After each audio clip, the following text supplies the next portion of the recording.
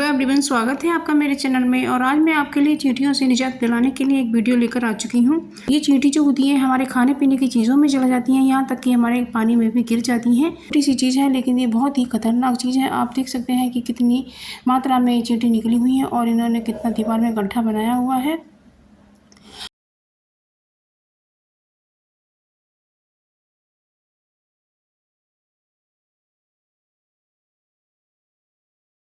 और इसमें हमने थोड़ी सी हल्दी ऐड की है, तो इसको अब हम मिक्स कर लेते हैं। तो जहाँ पर चींटी आती हैं वहाँ पर हमें इसे डालना है। तो इसमें अभी हम एक चीज़ और ऐड कर देते हैं। तो ये लिया है हमने 1 चम्मच गेहूं का आटा, जिसे चींटियाँ खाने के लिए आती हैं। क्योंकि चींटियों को आँखें नहीं होती हैं और उन्हें दिखाई नहीं देता है, वह केवल स्मेल के पीछे ही घूमती रहती हैं। तो उन्हें जो आटे की स्मेल होती है वो जल्दी से आ जाती है। तो यहाँ पर ये आटा और हल्दी और बेकिंग पाउडर मिक्स करके डाल देती हूँ। तो आप देख सकते हैं चींटियाँ किस तरह से इधर उधर भागने लगी हैं और ये आटा लेकर चली जाएंगी। और देख सकते हैं कि दीवार को कितना ख़राब किया है। दूसरी ट्रिक है हमारी दूध की थैली को लेकर। ये दूध की जो थैली होती है इसे आप भूल कर भी ना फेंकें, ये बहुत यूज़फुल सी ट्रिक हो सकती है। तो सबसे पहले हमने थैली को चारों तरफ से काट कर इसके दोनों पार्ट अलग अलग कर लिए हैं। तो फ्रेंड आप देख सकते हैं कि मैं इसको किस तरीके से मोड़ रही हूँ। तो इस तरीके से हमें इसे फोल्ड कर लेना है और अब इस तरीके से हमें इसमें कट लगाना है। तो इसको गोल शेप में हमें कट लगाना है और नीचे से भी इसमें काट कर होल बना लेना है। तो अब इसमें भी हमें यहाँ से भी होल बनाना है। तो फ्रेंड्स आप देखेंगे कि ये आपकी बहुत ही काम की चीज़ बनकर तैयार हो गई है। तो बस अब इसको हम किचन सिंक में लगा देते हैं। तो क्या होता है फ्रेंड्स, जो इसमें कूड़ा अटक जाता है तो वो हमें हाथों से निकालना पड़ता है। अब जो भी इसमें कुछ मोटी मोटी गंदगी आएगी वो इस पर ही रह जाएगी और इसे निकाल कर हम फेंक देंगे, फिर हमें बहुत आसानी हो जाएगी। आप ये देख सकते हैं कि मेरी सेंध है, यहाँ पर मेरी छोटी सी क्यारी है, उसी में ये सेंध की बेल आई है और इसमें सेंध लगी हुई है। और भी मैं आपको सेंध दिखा सकती हूँ। ये बहुत ही टेस्टी है और बहुत ही अच्छे फ्रूट हैं। और आप देख सकते हैं 2 सेंध मेरी ये लग रही हैं।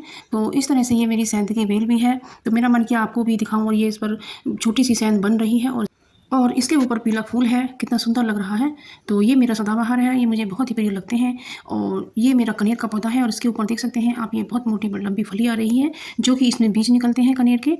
तो इस तरह से आप कनेर का पौधा अपने घर में लगाइए, बहुत ही शुभ होता है और इस पर ऐसी लंबी फली आती है। तो फ्रेंड्स आप मेरे पौधों को देख रहे हैं और ये मेरा नीलम का पौधा है। तो ये पौधे मुझे बहुत ही पसंद आते हैं। तो अब आते हैं ये जो तुलसी पत्र हमने तोड़े हैं और ये हमने मंजी तोड़ी है। तो इसको हम कटोरी में रख के ढक कर के फ्रिज में रख देते हैं। तो इससे क्या होता है कि हमें ताज़ा फ्रेश पत्तियाँ मिल जाती हैं। जैसे संडे को हमें चुना भी नहीं होता है और नहीं तोड़ना होता है, तो उस समय हमें ये पत्तियाँ आसानी से ताज़ा ताज़ा मिल जाती हैं, सूखती बिल्कुल भी नहीं है। तो इस तरह से आप अपनी पत्तियों को कलर कर रख सकते हैं। कटोरी में कुछ चावल और चाय की पत्ती ऐड की है।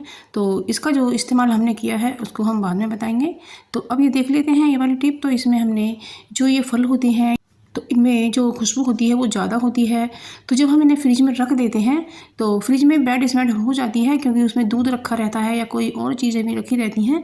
तो इनमें जो खुशबू ज़्यादा आती है, जैसे आम हुआ या फिर खरबूजा हुआ या फिर ये सेंध हुई, तो इनमें खुशबू ज़्यादा निकलती है।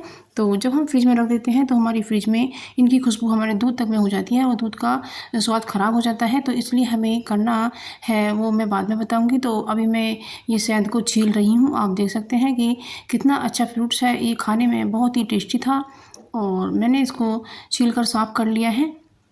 तो मैंने इसको पहले 2 हिस्सों में काटा था, फिर छीला था। अब ये आप देख सकते हैं ये दूसरा सेंध है और इसका कलर पीला है और अंदर से ये बिल्कुल वाइट है। ये एक ही बेल पर कई कलर के फ्रूट आ सकते हैं और इनका स्वाद भी थोड़ा सा अलग हो सकता है। इस तरह के फ्रूट्स हो सकते हैं और ये दोनों ही सेंध मेरे अलग अलग कलर की हैं और इसका जो स्वाद था वो भी बेहद शानदार था। तो आप देख, क्योंकि हमें ठंडी कॉफ़ी बनानी है और हमने इसके लिए नेस्कैफ़े का एक पाउच ले लिया है। तो बस इसमें हम नेस्कैफ़े को फाड़ करके कॉफ़ी इसमें निकाल कर डाल देते हैं। तो फ्रेंड्स हमें 1 गिलास बनाना है, यदि आपको ज़्यादा बनाना हो तो आप ज़्यादा भी ले सकते हैं। और इसमें हमने चीनी ऐड कर दी है और इसमें हम थोड़ा सा पानी डाल देते हैं और इसको अच्छे से हम फेंट लेते हैं, जिससे हमारी जो चीनी है वो घुल सके। और आप मेरे चैनल पर नए हैं तो मेरे चैनल को सब्सक्राइब भी कर लीजिएगा और मेरी वीडियो पसंद आने पर लाइक शेयर कमेंट जरूर से कीजिएगा। तो हमारी जो कॉफ़ी है वो घुल कर तैयार है, चीनी और कॉफ़ी इसमें घुल गई है। तो बस इसमें हम अब ताज़ा ठंडा दूध ऐड कर देते हैं। हमने ये फ्रिज का ठंडा किया हुआ दूध है और आप नॉर्मल दूध भी ले सकते हैं, लेकिन उसमें आपको बर्फ़ ज़्यादा डालनी पड़ेगी। तो मैंने ये ठंडा दूध लिया है, तो इसलिए मुझे इसमें बर्फ़ डालने की कोई ज़रूरत नहीं है। यदि आप इससे भी ज़्यादा ठंडा चाहते हैं तो आप इसमें बर्फ़ के कुछ क्यूब्स डाल सकते हैं। तो ये कोल्ड कॉफ़ी बनकर के तैयार है। और यदि आपको ज़्यादा झाग वाली बनानी है तो फ्रेंड्स, गर्मियों का मौसम है और मच्छर भर के आने लगे हैं गैस पर। और इसमें हम 2 चम्मच सरसों का ऑयल डाल रहे हैं। तो मैंने ऐड की है इसमें अजवाइन, क्योंकि मच्छरों को अजवाइन की महक बिल्कुल भी पसंद नहीं होती है।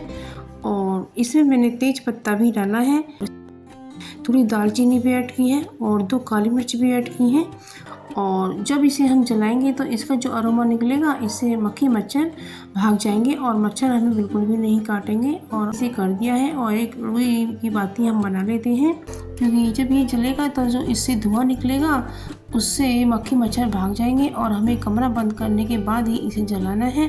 तो जो इसका धुआं निकलेगा वो सब बंद कमरे में मक्खी मच्छर सब भाग जाएंगे, लेकिन मक्खी मच्छर बाहर चले जाएंगे और बिल्कुल भी नहीं काटेंगे और आप जैसे सो पाएंगे।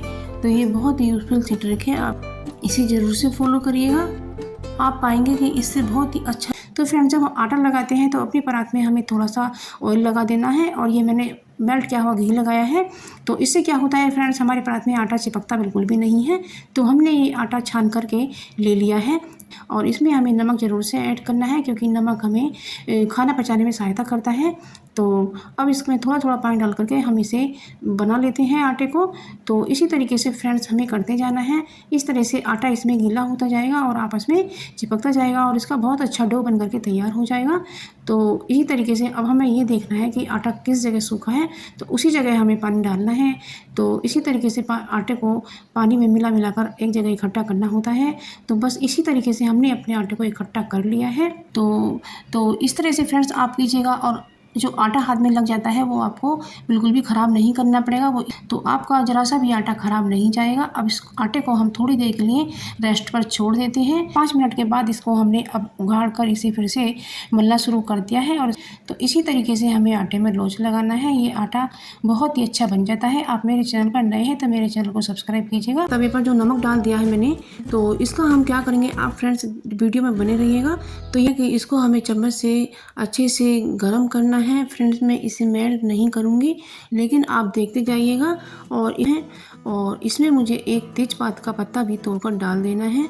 तो फ्रेंड्स, ये जो तेज़पात का पत्ता होता है इसमें से बहुत अच्छी स्मेल आती है और जो किचन में खुशबू हो जाती है।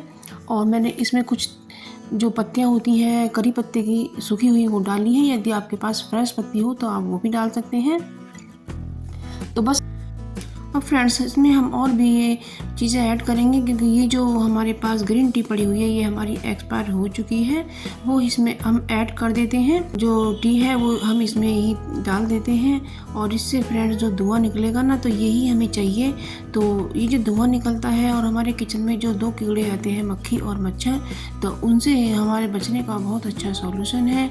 तो